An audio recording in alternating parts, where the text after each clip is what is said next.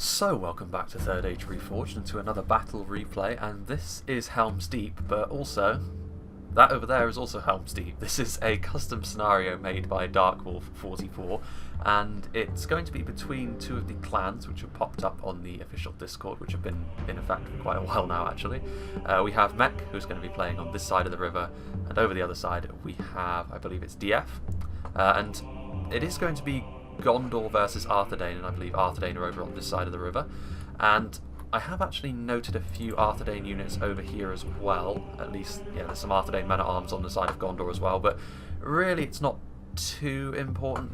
It's mostly Gondor versus Arthedain. I guess that was just an oversight and they should have been Gondor infantry. But yeah, two very similar factions in how they play, although Arthedain, well, in this situation they will be anyway. Arthedain have got noticeably the stronger cavalry. Gondor have got slightly stronger infantry and probably a little bit more variation in terms of their archers as well, although they do lack the armour-piercing archer that Arthedain have in the Wardens of the North. So archers more or less even, infantry slightly in favour of Gondor, cavalry more noticeably in favour of Arthedain. But on this map it's only really the outer sections where the cavalry is going to be important. Obviously when you get into Helm's Deep, well, both of the Helm's Deeps, the cavalry will prove to be a little bit more difficult to use. Now it is worth saying that these Helm's Deeps do not work fully as intended in this scenario because the walls are essentially see-through. Well, not see-through, but you can shoot through them and you cannot move through them. Also the gate, basically the gate is the only way in and out, although you can shoot through these walls. So the fortress doesn't offer you quite the same level of cover as the regular Helm's Deep, and perhaps you would expect, but you can still use the sort of choke points to your advantage. However, we shall go through the army compositions now. We'll start off on the Gondorian side of the river with Murfinator 1596, who is going to be playing as the army down here in the corner. He is playing as Gondor, though once again he's got some Arthedain forces within his ranks as well. I'll be interested to see if Arthedain have got some Gondorian units. He has got some Wardens of the North, for example, so this more or less I would imagine is probably going to be a relatively evenly matched, well, a very evenly matched death match between two teams rather than two factions. So we've got some Wardens of the North, the AP archers, which Gondor usually do not have. They are present here. Ramus Equal Garrison Cavalry are very low quality lancers, you know, militia cavalry, but they are numerous and they can be a bit of a pain to deal with if they're running around in your back lines. He's got 2 units of them in addition to a unit of Arthedain's sergeants, who I believe do have the armour upgrades. They've got their breastplate. Once again, all of these lancers are not really of the highest quality, but they do have the potential to be quite annoying if they get into the right position. Another unit of Arthedain sergeants there. He has also got some Arthedain men-at-arms with both levels of armour upgrades, so they should be pretty resilient indeed.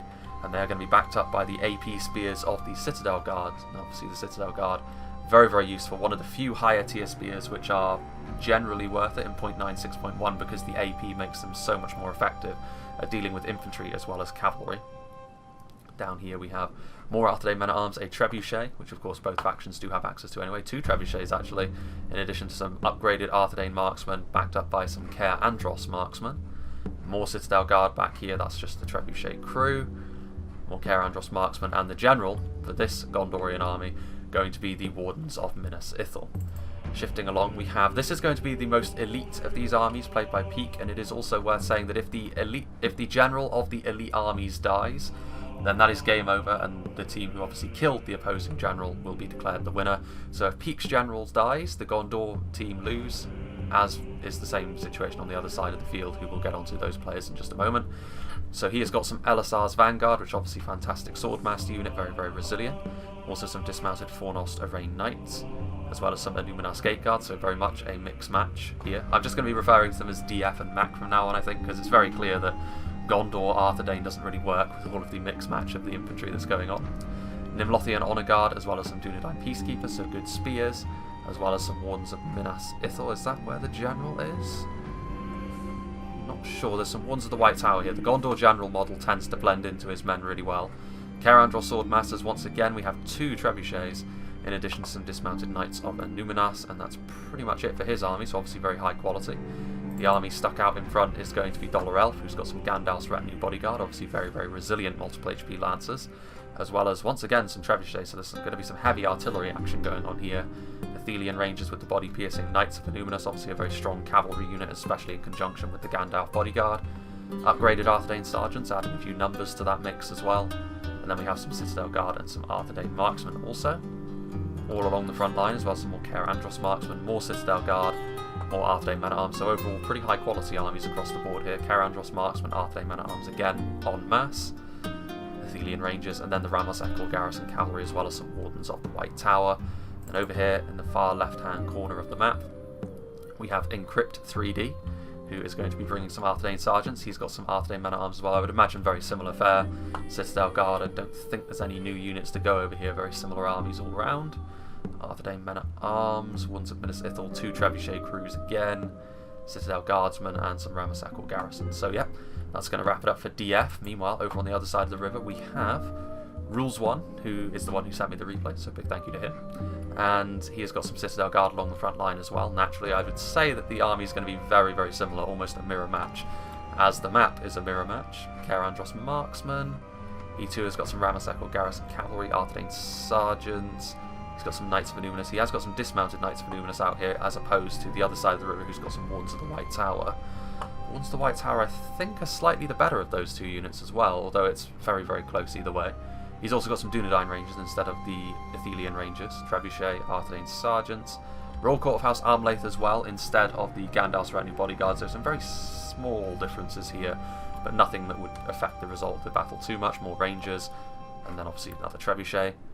Out in this corner over here, we have Muffins, who has got some Arthedain Marksmen once again, Men-at-Arms, pretty comprehensive cavalry line once more of Arthedain Sergeants, and some Ramos Eccl Garrison, Wardens of Minas Ithil as well. Wardens of the North, Citadel Guard, although it looks like the Arthedain General over on this side is in the Wardens rather than the... well, the Wardens of the North rather than the Wardens of Minas Ithil.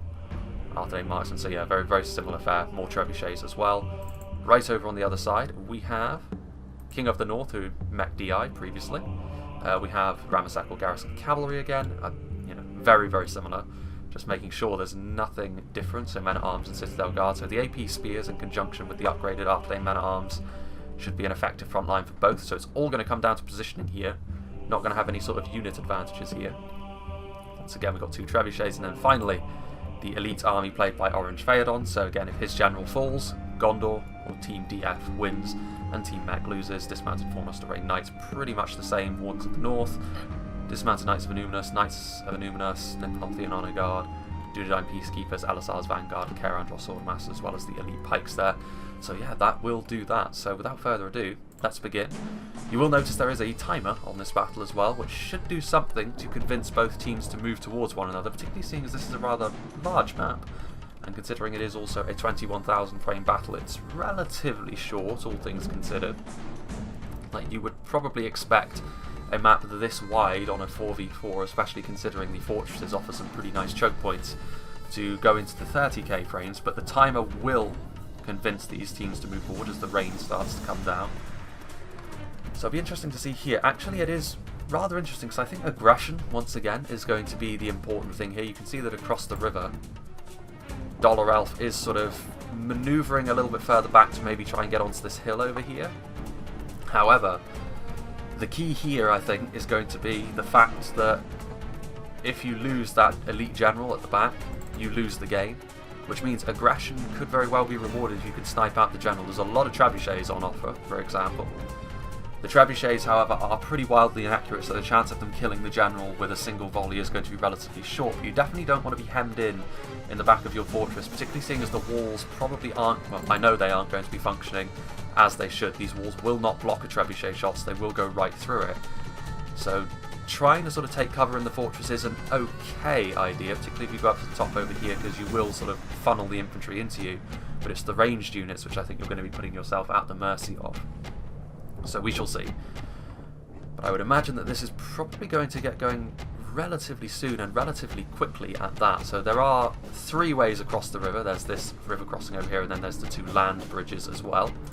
And you can see actually over here that immediately Team Mech are going to be taking the initiative with FFA Muffins charging across with his cavalry. He does need to be somewhat careful. As you can see there, down from the hills, Murfinator is going to be bringing his own cavalry to the support of Dollar Elf. That's a lot of Dollar Elf's cavalry over here, so he has gone pretty hard onto this side of the river, which may very well give an opening for Mech DI and Mech Rules over on the other side of the field. It's been bloody cold today. Ramazekal garrison cavalry and Arthedain sergeants leading the way. Not exactly the highest quality cavalry that you will see. However, numerous. I did not see any Grey Company either, so I don't think we'll be seeing the mounted rangers that Arthedain can bring. Ooh, hello. Here we can see Team Gondor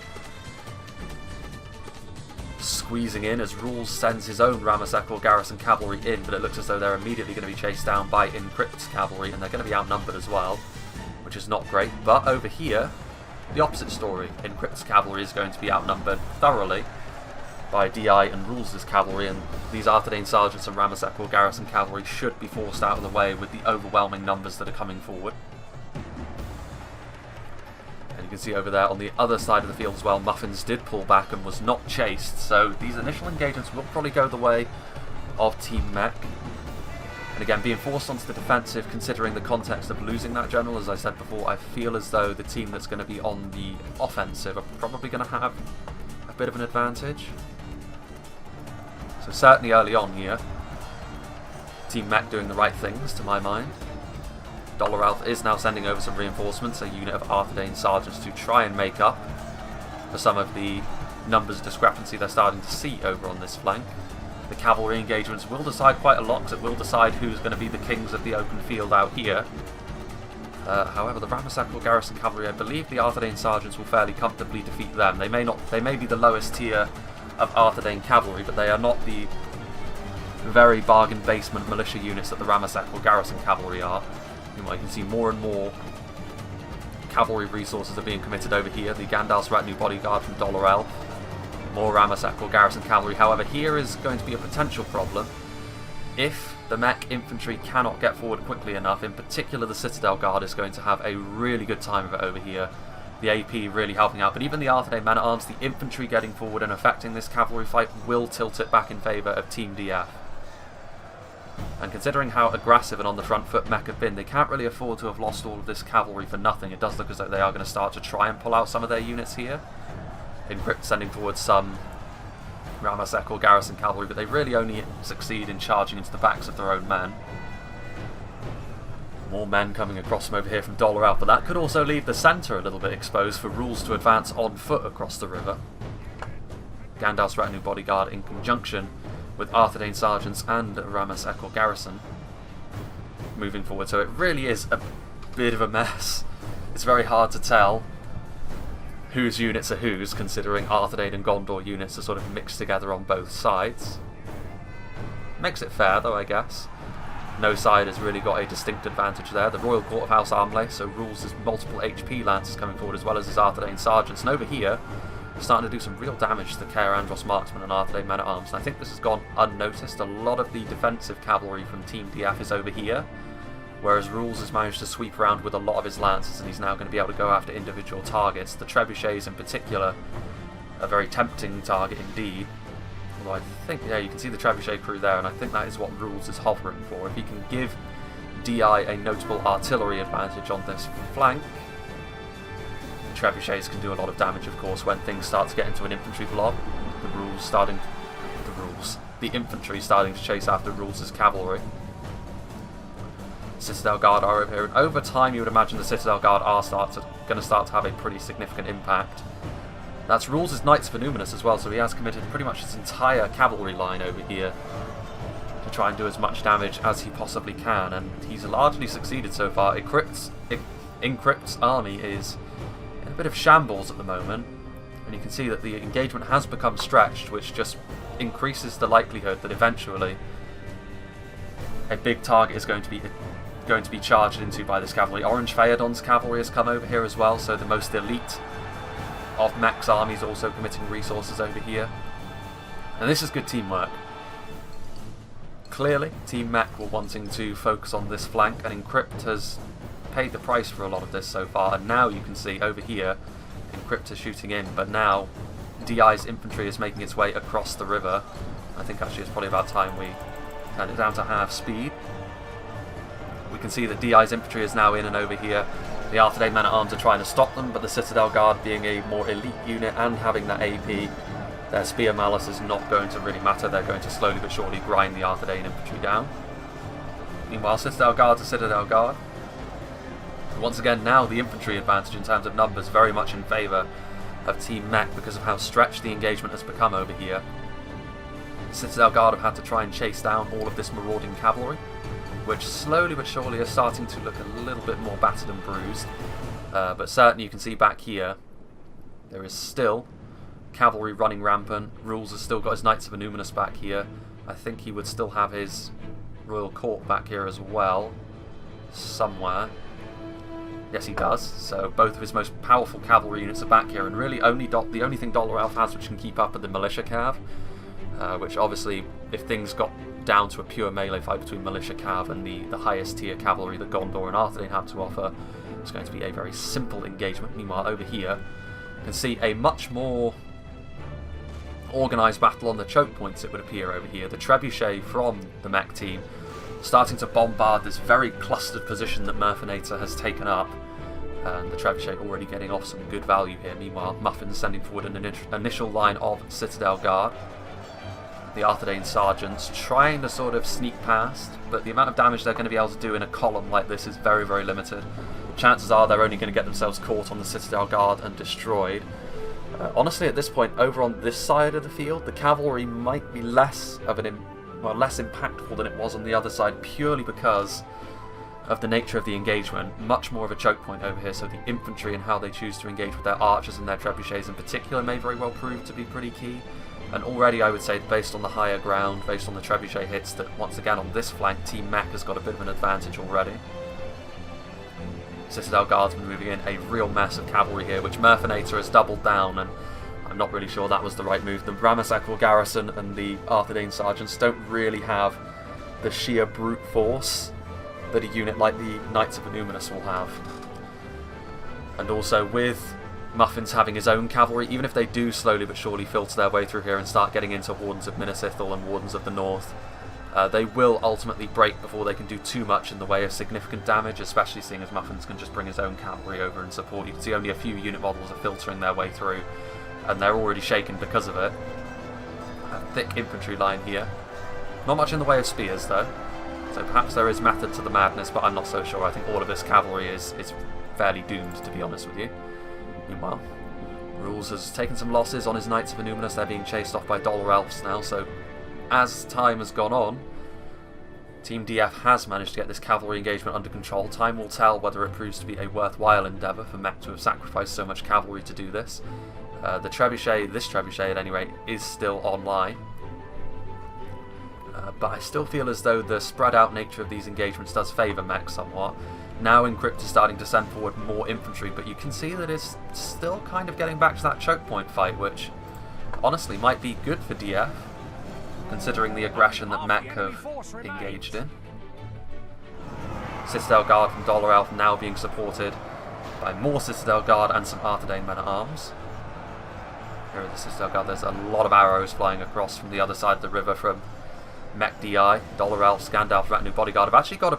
well, I mean, they charged in here to Knights of Illuminas, which probably going to be fairly damaging to them, even if they do have the numbers advantage. I probably would have tried to bypass them and go for the trebuchets, and also you're sitting right in the path of all of those arrows. The Gandalf's Retinue Bodyguard with their armour and shield values are probably one of the better cavalry units for absorbing arrow fire, to be fair, from the front especially, but even so, that's not really the sort of volume of fire you want to be taking at all if you can help it.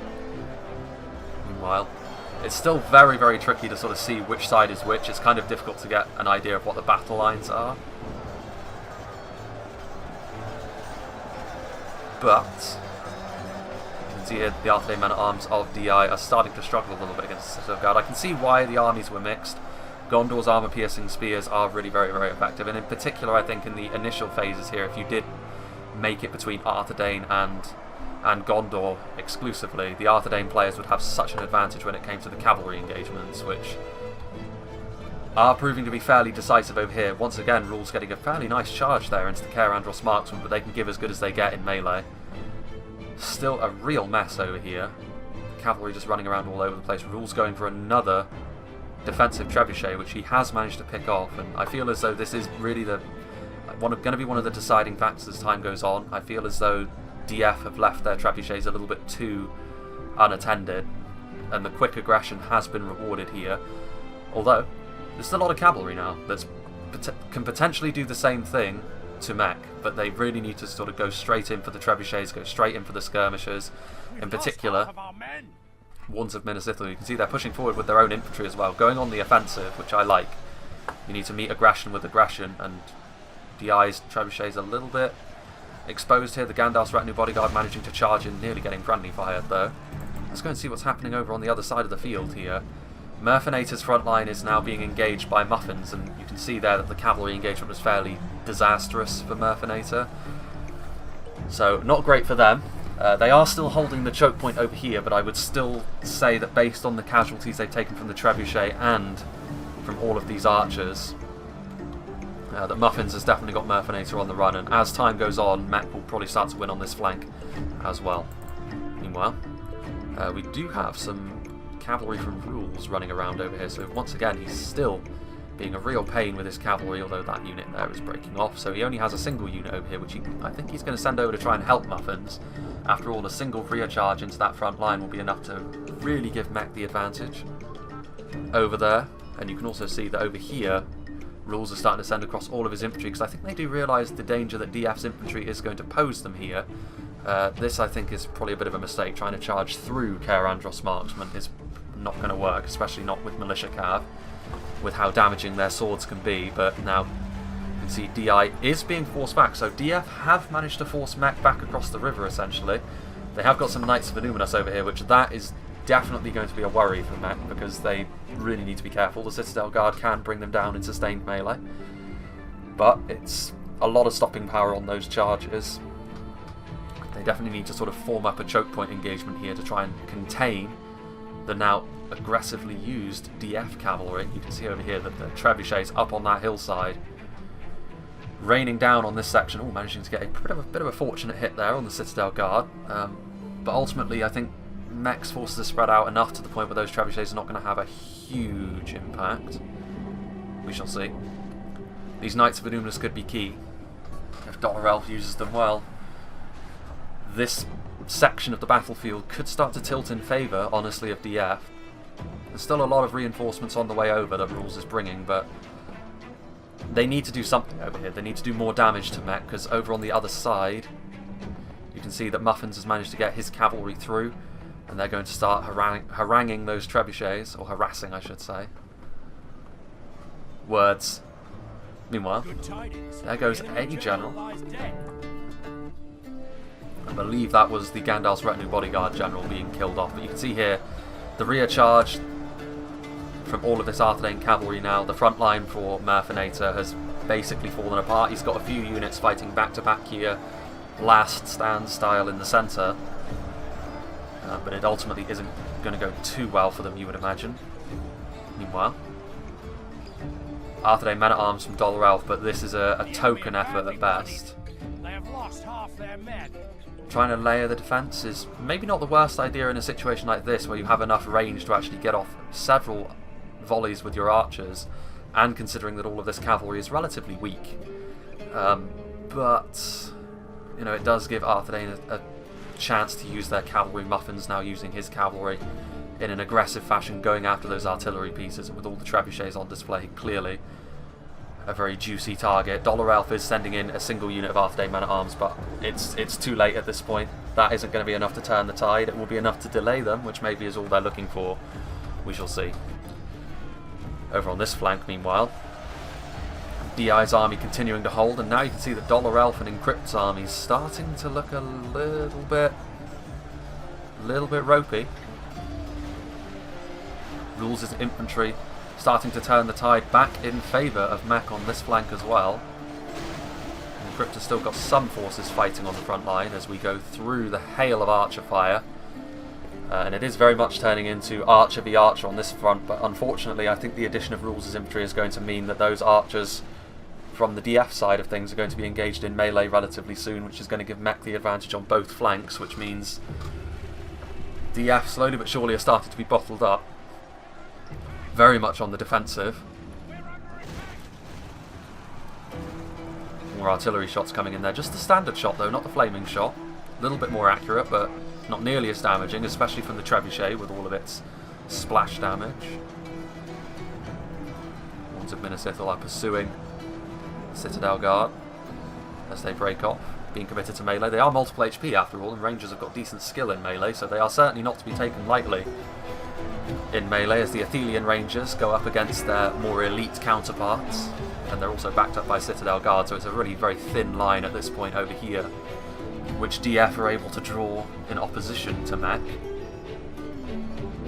Mech do have some resources they can bring across the river once this defence has finally fallen. You can see that DF are trying to sort of retreat, form up another defensive line, but that will only be a delaying measure, I think, which is only useful if they're winning in other sections of the battle, and they have now sort of committed a very large amount of trebuchet fire being poured into this blob over here, which is primarily Muffins' army after all, so perhaps they're not really too concerned about friendly fire at this point.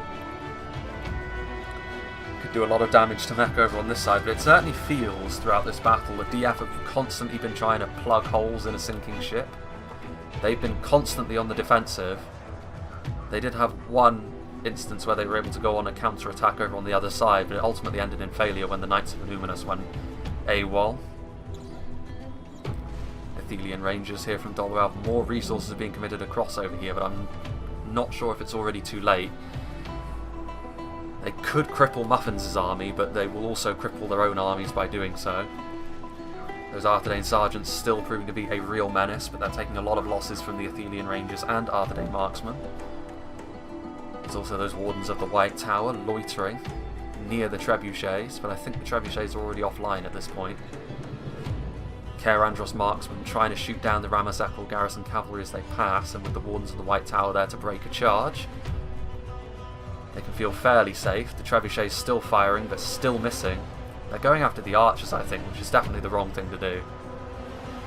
You're not really going to... Even if you do hit them, they're in loose formation. Not a lot of damage to be dealt with there. Go for the infantry. Muffins has got a heavy infantry advantage, and a good shot on that infantry will give you a bit of hope as the battle goes along.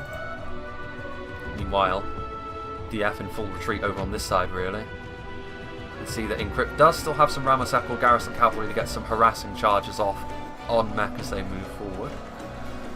But now, well, he's got some dismounted Knights of Numinous on the front line, but they're all on their own. If they were going to be committed, they needed to be committed earlier when they were in support of an advance, rather than just sort of being used as a sort of desperate last line of defence. Because now they're just being overwhelmed. Another charge coming in from the Ramazekal garrison cavalry, exhausted of course, only militiamen. Into the Citadel Guard, which is bold. Most of that charge did go into the Wardens of Minas Ithil, but with multiple HP of course they can withstand a bit of a beating. Arthedain men-at-arms, you can see here that the line is falling to pieces. The dismounted Knights of Numinous will stand and fight to the bitter end, but there's not much left from DF over here, which puts a lot of added emphasis onto the other side of the field as well, because they are committing more and more men over here, but once again I feel as though they haven't committed enough quickly enough. Like, they're filtering in men, but they really needed to do this earlier if this was what they intended to do. Maybe a little bit of indecision crept in, and they weren't sure what side to focus on. Whereas Mech, it feels like we're able to manage the pushing on both flanks much better, and that is ultimately leading to them having the better of this fight so far. But remember, all of it will ultimately come down to either the time limit, which could result in the match being a draw, or one of the generals falling, which Mech could lose their general if they commit him forwards in too gung-ho a fashion. He could get sniped out by any number of things. AP archers, trebuchets. Muffin's still using his cavalry to good effect here to harass the backlines. Murfinator, Dolrelf trying to keep things in order, but you can see here that the trebuchet just very inaccurate at range, actually getting a bit of friendly fire there as well. This trebuchet has also been destroyed by the Arthedain Sergeants, which are running interference in the back lines. The ones of the White Tower are running around, but are not going to be able to intercept the Arthedain Sergeants, or are they? That one man almost did. Now they're going to head towards the middle. Trebuchets perhaps more juicy artillery targets as Muffins continues his slow but relatively sure grind across the river to join his allies. So Mech have technically won both flanks, which certainly gives them the advantage going into the later game, I think. That was a nice hit though into Muffins' Muffins' infantry, and that really should have been what they were targeting from the beginning. They may well have been. Trebuchets are so inaccurate that it might have just been overshooting, but it definitely looked as though most of the shots were landing back here, in and amongst their archers, which definitely would not have been the correct target. Even if they were doing a lot of damage, you really need to go for the target you're more likely to hit and get the best value off of the splash damage that trebuchets have. These Arthedain sergeants now shaken, but they've done so much damage at this point. It's been really good cavalry play so far from Mech, I think. Going after the targets, whereas it feels as though DF was certainly trying to sort of stop the Mech cavalry more than they were using their own cavalry in an aggressive manner. And you can see over here now the Rules and DI's armies, which are somewhat battered and bruised at this point, to be fair. Rules has certainly got more in terms of infantry. DI in particular seemed to bear the brunt of the casualties and ultimately finishing off DF's defence over here, although he does still have a trebuchet. Casualties wide-ranging, but obviously mainly clustered around the choke point.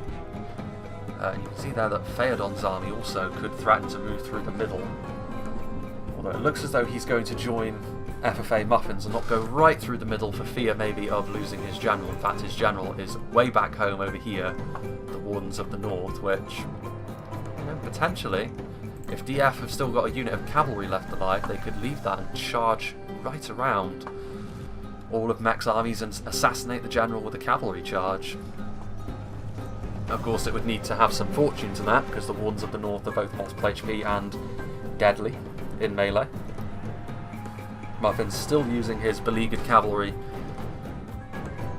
He's going after... no, those are routing. Just routing cavalrymen through his own men. But yes, you can see here the DF essentially in full retreat. And they may have to play for a draw at this point, because I don't really see them being able to take the fight to Mech all that much. The cavalry engagement's definitely favoured the team who bear Arthedain's coat of arms today. Here comes some Care Andros marksmen. The battle is very much in our favour. Victory will be ours. Well, certainly from a numbers perspective, yes, I'd say Mech have got a distinct advantage, but seeing as those are not the rules of the custom scenario, they may yet be alright. We shall see. Arthedain marksmen waiting, loitering within 10. Meanwhile, I mean, these trebuchets are not going to be able to get away. They're going to be far too slow, and you can see they're already being bombarded from distance from the on-rushing Rules. Actually, no, they're being attacked by Orange Phaedon's trebuchet from right across the river, using that range, but obviously relatively inaccurate. There's the wreck of two artillery pieces over here, two trebuchets. Can they get them out of here? I don't know. I don't think they will. But, well, it looks as though actually Mech are going to sort of hold back for a little while, regroup themselves, not overextend too much. Rules is going to send forward some men, perhaps to try and block the retreat of this trebuchet, because that could still be a very important defensive emplacement for them.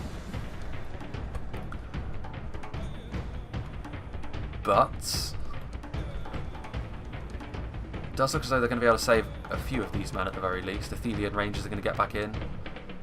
They really could do with saving quite a lot of these men, actually. I don't think Mech have got too much in the way of cavalry left. I mean, there's some Arthedain sergeants here, but with the Dunedain Peacekeepers in close attendance, particularly a very depleted unit like this is not going to last long. They'll break almost immediately on contact with a unit of good spears like the Peacekeepers. Wardens of the White Tower will be saved as well. FFA Muffins is sort of cresting the hill, getting up onto the slightly higher ground. More trebuchet fire from across the river, but not really hitting anything in particular. At this range you would certainly not expect it to. The Arthedain marksmen are going to shoot them as they try and retreat.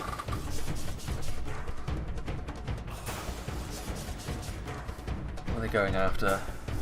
Care Andros marksmen, unshielded, very well armoured, but unshielded. Also not multiple HP, meanwhile.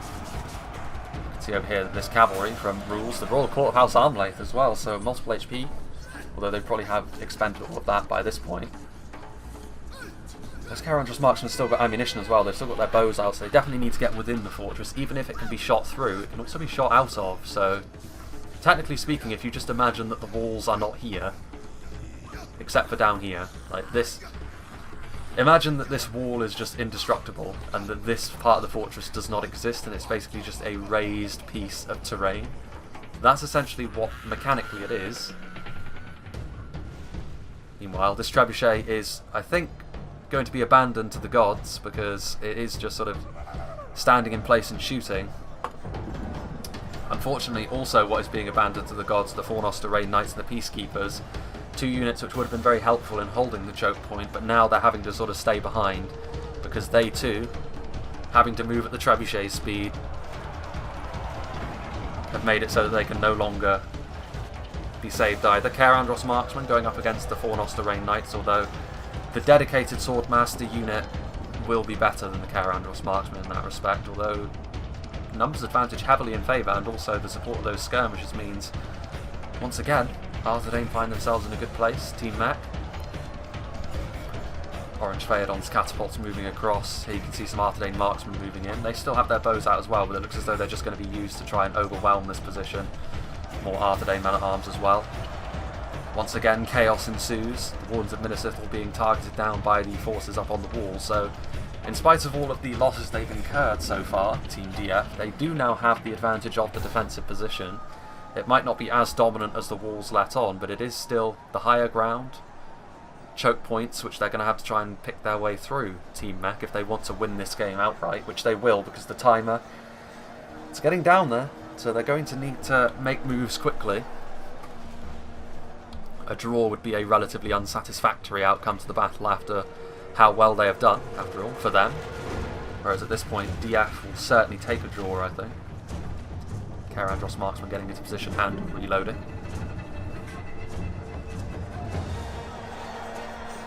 And really, this is not going to go well for the forces that were left behind, the Fornoster Rain Knights and the Citadel Guardsmen, no, Dunedain Peacekeepers rather. So not AP, so they're not going to be able to do as much damage. Ultimately overwhelmed and destroyed, as well as the Trebuchet crew. So now these trebuchets just waiting out here. DI moving forward, Rules moving his Dunedain Rangers in. You can see here the first example of the walls not being solid. He's able to shoot through them into the Wardens of the White Tower and the Nimlothian Honor Guard. Here you can see the Elisar's Vanguard as well. But this does work both ways, as I said. The defenders can use their own skirmishers, but it's also a fair assumption that they probably don't have as many archers left alive as the attacking team do. At this point they are the attacking team. Mech have been on the offensive for most of this battle after all. And that could allow Mech to win this purely from ranged units alone. There are the Wardens of the White Tower, so where is Peak's General? Ah. No, that's Encrypt's General. Where is Peak's? Well, I do not know. We shall have to wait and see if he pokes his head out. So this is going to come down to pretty much a race to see if they can kill off the general here for Mech, and I think they're going to try and do it through their skirmish power rather than just pure military might in melee. Because they don't seem to be in a great rush to engage in melee, and considering the amount of frames left, considering the amount of time left on the timer, they perhaps should be in a rush if they want to kill him off in glorious melee combat. Meanwhile, Rules moving forward with his marksman, Care Andros marksman, and Arthedain marksman, so he still has a lot of archers left alive, which makes sense. He used his cavalry and infantry earlier to win that flank along with DI. Muffins has got a somewhat depleted army. Phaedon's army is probably still relatively fine, and here they are, moving forwards. FFA Muffins has got their trebuchet. Rules has still got a trebuchet. Both of his trebuchets, actually. And yeah, you can see this is where a problem is going to come in, because they are going to be able to absolutely bombard the fortress. And considering as the walls are able to be fired through, they can't really take cover behind anything solid other than each other. This is a lot of trebuchets. It's a lot of trebuchets which Mech were very wise in sort of picking off. The defenders don't have any artillery left alive, and there's definitely the feeling of the noose tightening here as several trebuchets come forward, of varying levels of ammunition, I would expect. The archers also moving in here, raining hell down upon the defenders. Very much outnumbered at this point. The Athelian range is obviously going to be a big target for them to go after. obviously quite inaccurate with most of these basic archers, which are just firing up into the air trying to go over the wall. So that should mitigate quite a lot of the damage.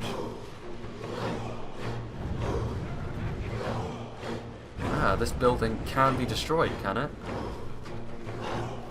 Interesting. Even so, waiting for those trebuchets to get into position may very well have taken too long, and they may have to just try and focus down the units rather than the building. See several of the trebuchets shots going over there. They might be going after some of the generals, although I don't know where Peake's general is still. There is someone's general over here, the Wardens of Minas Ithil. So that is Peake's general. If he dies, it's game over, and he's the one furthest out in front, putting himself almost at the mercy of the firing squad there, so he needs to be very, very careful indeed.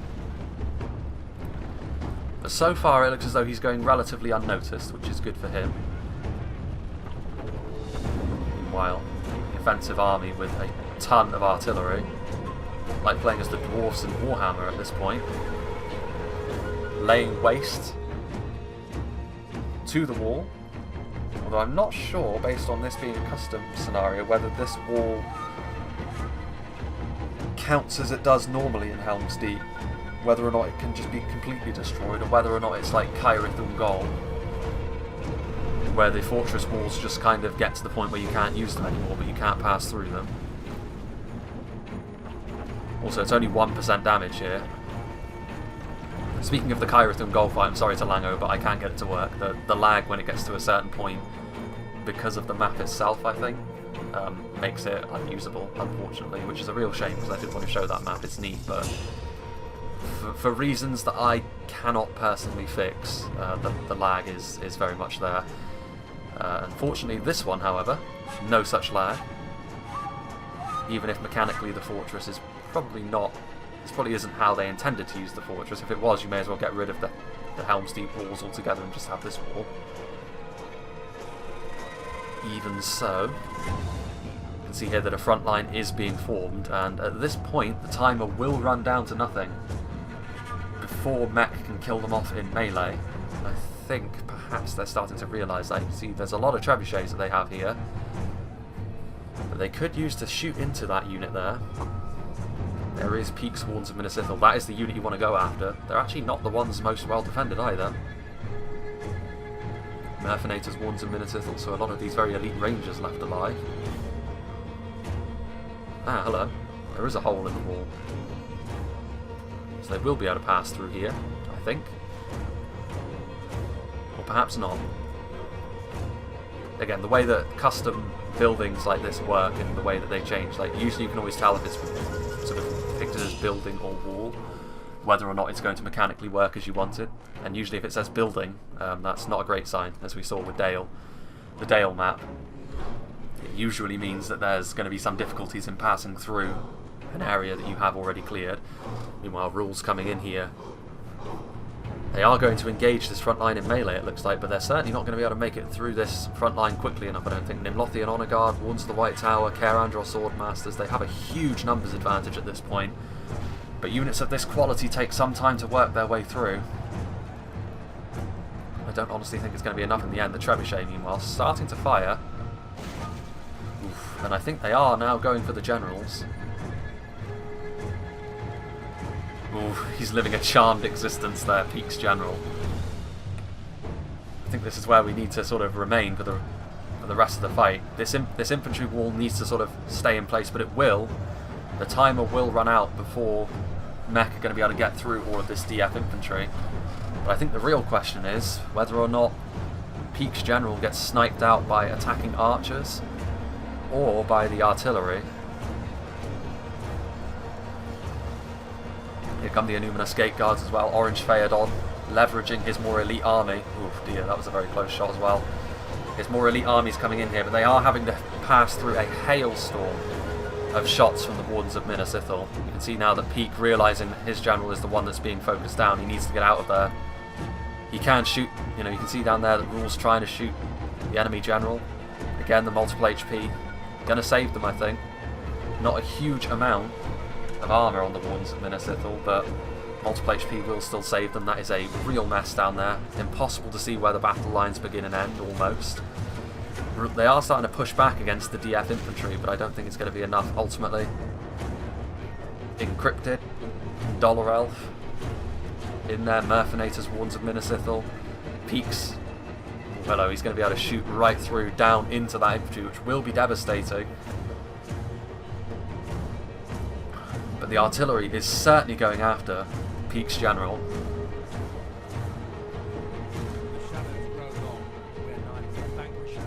And there he goes. Only death claims any victory on this field today.